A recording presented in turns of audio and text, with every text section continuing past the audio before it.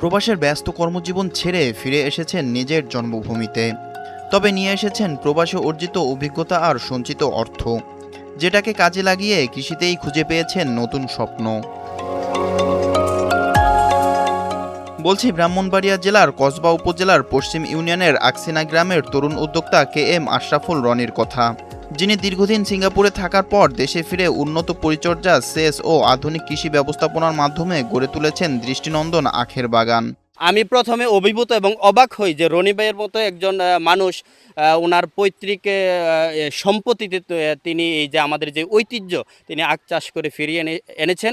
প্রতি সপ্তাহে সর্বোচ্চবার বিকাশ পেমেন্টে 50 জন হবেন পেমেন্ট চ্যাম্পিয়ন। জিতে নিন টিভি সহ আকর্ষণীয় সব প্রাইজ। আমার মামা সিঙ্গাপুর প্রবাসী, উনি সিঙ্গাপুর থেকে এসে এখানে অনেক বিশাল এক প্রজেক্ট করেছে।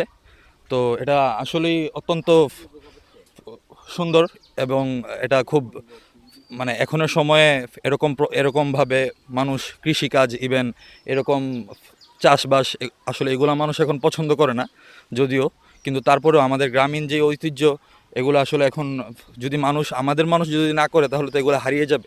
আর আমাদের আকসিনা গ্রামের মধ্যে এটা একটা ঐতিহ্য।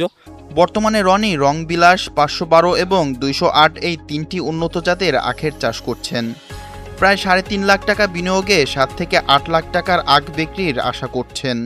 আমার মাধ্যমে আমাদের গ্রামের বা এলাকার যারা গরিব অসহায় লোক আছে, যারা কাজ করে, এদের ফ্যামিলিও চলবে ভালো, এরাও ভালো জীবনযাপন করবে, পাশাপাশি আমারও কিছু লাভ হবে। তো এই আশাতেই আসলে আমি দেশে আসছি স্বপ্ন নিয়ে। তো আসার পরে চিন্তা করলাম যে কি করা যায়। তখন এই যে আখ হচ্ছে আমাদের গ্রামের একটি ঐতিহ্যবাহী ফসল।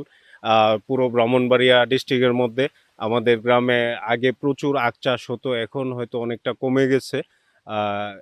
তো আমি চিন্তা করলাম যে আমাদের যে গ্রামের যে ঐতিহ্যটাকে আবার প্রস্ফুটিত করার জন্যই সেই চিন্তা থেকেই আমি আবার আখের চাষ শুরু করলাম। ইনশাল্লাহ ফলন তো আপনাদের সামনেই আপনারা দেখতে পাচ্ছেন, অত্যন্ত ভালো ফলন হয়েছে। আমার এখানে 3টি জাত আছে, এর মধ্যে হচ্ছে 512, 208 এবং আরেকটার পুরো সঠিক নাম আমি জানি না, যেটাকে আমাদের দেশীয় বা আমাদের গ্রাম্য ভাষায় রংবিলাস বলে। তো এই 3টি জাত আছে। তো এখন পর্যন্ত আমার এখানে আপনার 100 শতক জমিতে প্রায় 3.5 লাখ টাকার মতো খরচ হয়েছে সব মিলিয়ে। তো আমি ধারণা করছি ইনশাল্লাহ 7 থেকে 8 লাখ টাকা বিক্রি করতে পারবো আর কি।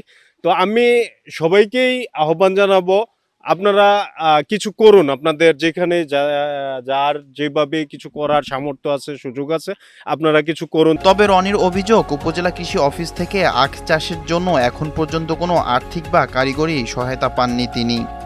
অন্যদিকে উপজেলা কৃষি বিভাগ বলছে, উপজেলা পর্যায়ে আখ চাষের জন্য বর্তমানে আলাদা কোনো প্রদর্শনী বা প্রণোদনা কর্মসূচি নেই। আমাদের কসবা উপজেলার KM রনি একজন আখ চাষি। কসবা উপজেলার কসবা পশ্চিম ইউনিয়নের আকসিনা গ্রামে তার বাসা।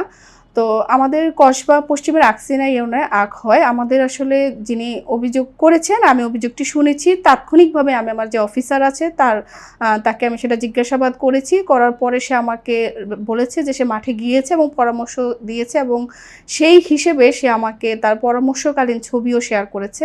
তো এখন তো আপনারা জানেন আখ হারভেস্টিং চলতেছে। সে আমাকে যে ছবিটি দিয়েছিল এটি গাছের বৃদ্ধি পর্যায়ে যে অবস্থা, সে অবস্থায় ছিল। সেখানে আমি কৃষক, পাশাপাশি আখের জমি এবং আমার উপসহকারী কৃষি অফিসারকে দেখেছিলাম। তারপরেও যদি কৃষক ভাইয়ের কোনো অভিযোগ থেকে থাকে আমি এটি সমাধানের চেষ্টা করব। আমাদের কৃষক ভাইয়ের আমাদের কাছে একটা প্রত্যাশা ছিল যে আখের প্রদর্শনী, আসলে এই মুহূর্তে আমাদের উপজেলায় আখের কোনো প্রদর্শনী নাই। যেহেতু নাই, আমরা তার পাশে থাকার জন্য তার তথ্য নিয়েছি। তার বাড়িতে ফল বাগান করার জন্য উপযুক্ত জায়গা আছে। তারই প্রেক্ষিতে গত 2 মাস আগে আমরা তার NID কার্ড সহ প্রয়োজনীয় তথ্যাদি সংগ্রহ করেছি। এখন নতুন অর্থবছর শুরু হয়েছে, আমরা যখনই ফলের বাগানের কোনো বরাদ্দ পাবো আমরা সাথে সাথে ওনাকে একটি প্রদর্শনী প্রদান করব এবং কৃষি বিভাগ তার সাথে থাকব। আমরা তার সুন্দর ভবিষ্যৎ এবং কৃষির ভালো উৎপাদন প্রত্যাশা করব এবং তার পাশে থাকব। প্রবাসের জীবন ছেড়ে কৃষিকেই বেছে নেওয়া তরুণ উদ্যোক্তা রনি এখন স্বপ্ন দেখছেন আরও বড় পরিসরে আখের মতো অর্থকারী ফসল চাষের, যা হতে পারে অনেকের জন্য অনুপ্রেরণার।